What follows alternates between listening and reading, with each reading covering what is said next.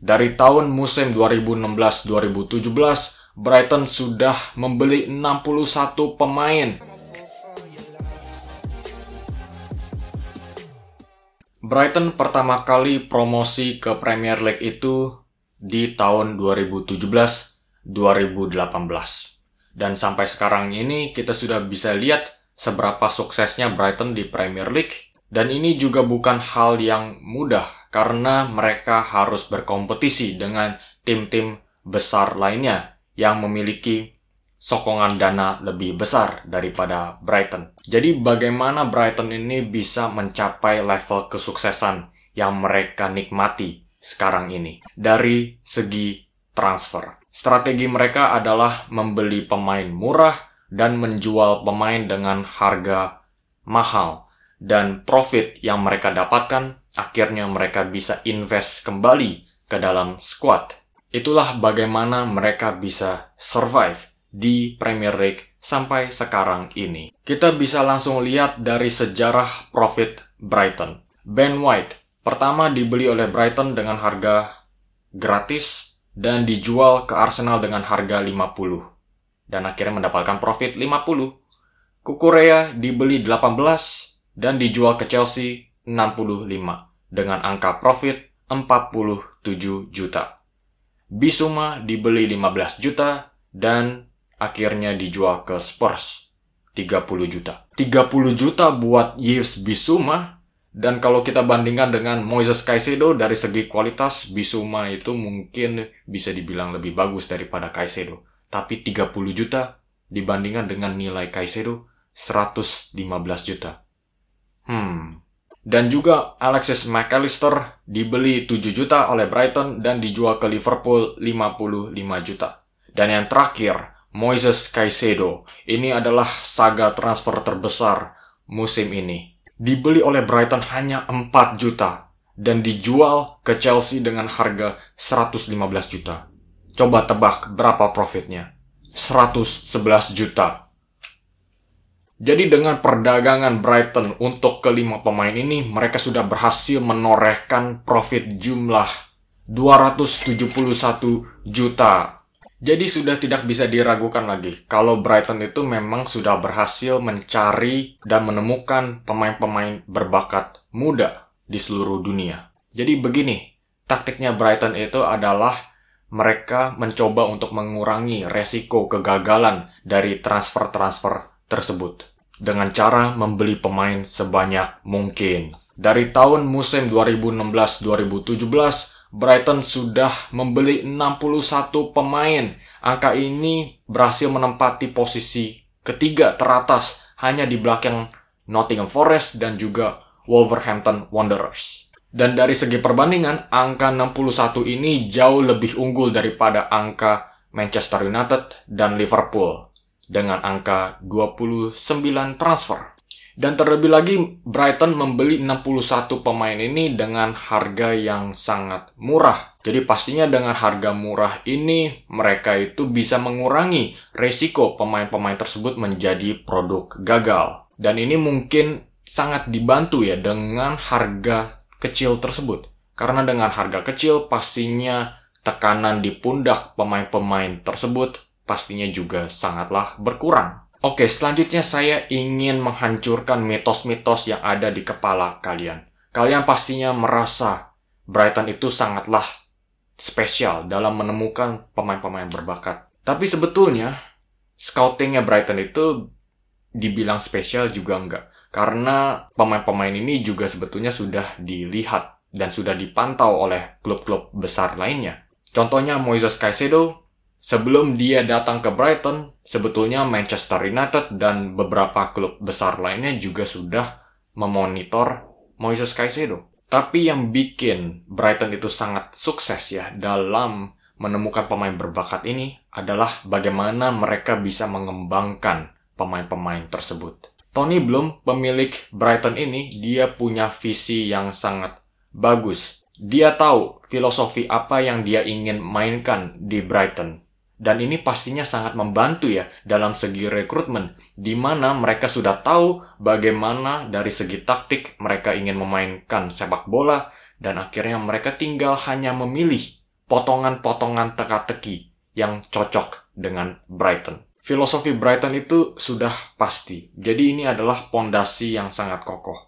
Walaupun mereka itu mengalami pergantian manajer, seperti yang kita lihat dari Graham Potter ke Roberto De Zerbi, transisinya itu sangatlah mulus. Nggak cuma transisi yang mulus, tapi Roberto De Zerbi juga sudah berhasil menemukan obat untuk kemandulan Brighton di depan gawang bersama Graham Potter. Di tahun 2021-22 bersama Potter, Brighton hanya mencetak 42 gol. Tapi di musim lalu bersama De Zerbi, mereka berhasil mencetak 30 gol lebih banyak, yaitu 72.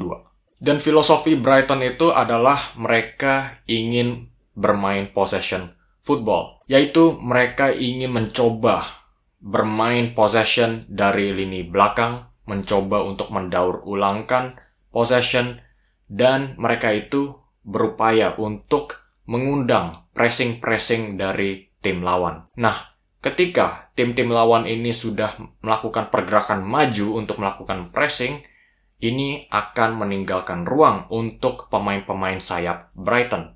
Itulah kenapa Marc Cucurella gagal melakukan transisi yang mulus dari Brighton ke Chelsea.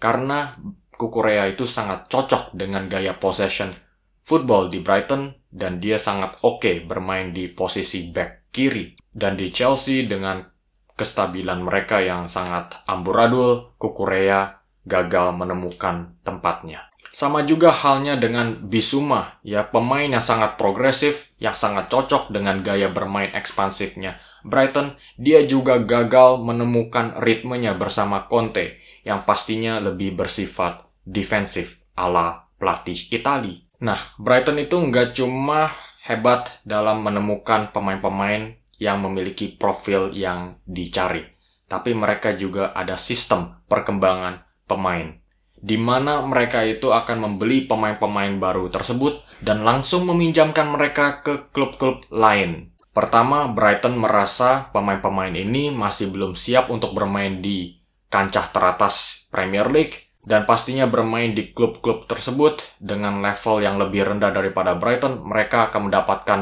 jaminan waktu bermain yang lebih banyak.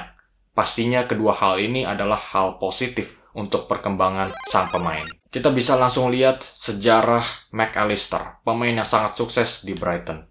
Ketika dia dibeli oleh Brighton, dia langsung dipinjamkan ke Argentinos Junior di Liga Argentina. Dan di tahun berikutnya, dia langsung dipinjamkan lagi ke Boca Juniors. Walaupun dia tetap bermain di Liga Argentina, kita sudah bisa lihat ya perkembangannya dari Argentinos Juniors ke Boca Juniors. Boca Juniors adalah tim legendaris di Liga Argentina. Dan ketika masa pinjaman di Boca Juniors ini sudah selesai, Brighton merasa Alexis McAllister sudah siap untuk Premier League. Di musim pertamanya itu dia kelihatannya masih belum nyetel, tapi sudah mulai berhasil menyesuaikan diri dengan iklim barunya di Premier League. Dan ini pastinya sudah mempersiapkan McAllister untuk musim-musim berikutnya, di mana dia berhasil menorehkan 89 penampilan dan juga menghasilkan 16 gol dan 5 assist. Performance Alexis McAllister di Brighton ini pastinya juga sudah berhasil menarik perhatian Lionel Scaloni untuk membawa dia masuk ke skuad Argentina di Piala Dunia 2022. Dan pastinya dia juga sudah berhasil menjuarai turnamen itu bersama Argentina. Dan ini juga sama halnya yang terjadi dengan Kaoru Mitoma, salah satu pemain berpotensi tinggi yang sudah mulai dilirik-lirik oleh klub-klub besar. Ketika dia dibeli oleh Brighton, dia juga langsung dipinjamkan ke Union Saint-Gilloise, sebuah klub di Liga Belgia, dengan upaya menyesuaikan diri Mitoma di iklim Liga Eropa. Dan sekarang kita sudah bisa lihat seberapa besar pengaruh Mitoma di Brighton. Nah, ketika fase perkembangan pemain ini sudah selesai, sekarang masalahnya adalah bagaimana dia bisa bermain bagus di Brighton. Ini adalah fase integrasi. Jadi bisa kelihatan ya, seberapa niatnya Brighton itu memberikan kesempatan kepada pemain-pemain muda ini. Dari segi jumlah pemain di bawah usia 23 tahun, Brighton dan Chelsea berhasil menempati posisi pertama. Dan dari segi jumlah menit bermain untuk pemain-pemain tersebut, Brighton juga hanya menempati posisi kedua di belakang Chelsea. Jadi Brighton sama Chelsea ini kelihatannya ngadu-ngadu nih soal pemain muda. Dan yang gak kalah pentingnya adalah bagaimana Brighton itu tidak tergesa-gesa ya dalam memberikan waktu bermain ke pemain-pemain ini. Itu bisa kita lihat dari Joao Pedro di Brighton. Musim ini dia baru dibeli oleh Brighton dan di pertandingan pertama dia langsung bermain dari menit pertama, tapi di 2 pertandingan selanjutnya dia langsung di bangku cadangkan. Dan ini pastinya sangatlah cocok ya dengan kebiasaan Roberto De Zerbi dalam melakukan rotasi pemain. Dan kita sudah lihat ya seberapa pintarnya Brighton itu mendapatkan profit dari Yves Bissouma. Mereka mendapatkan profit menjual ke Spurs. Dan mereka itu selalu ada pemain cadangan. Walaupun mereka menjual pemain kuncinya mereka sudah tahu siapa yang akan menggantikannya. Moises Caicedo. Dan sekarang Moises Caicedo sudah pindah ke Chelsea, mereka ada pemain cadangannya lagi, yaitu Carlos Baleba. Dan kita bisa lihat potensi pemain-pemain seperti Kaoru Mitoma, Evan Ferguson, dan Julio Enciso. Ketiga pemain ini memiliki potensi menembus nilai jual 100 juta di masa mendatang. Dan juga jangan lupa Joao Pedro, pembelian Brighton musim ini, yang kelihatannya sudah diberikan kebebasan bermainnya oleh Roberto De Zerbi. Pastinya ini adalah suatu hal penting dalam perkembangan seorang pemain. Oke guys, sampai di sini aja video kali ini. Coba kasih pendapat kalian tentang Brighton. Dan seperti biasa, jangan lupa klik like dan subscribe karena gue bakal terus upload konten-konten Premier League di hari-hari mendatang. Sampai jumpa di video selanjutnya dan terima kasih sudah menyaksikan.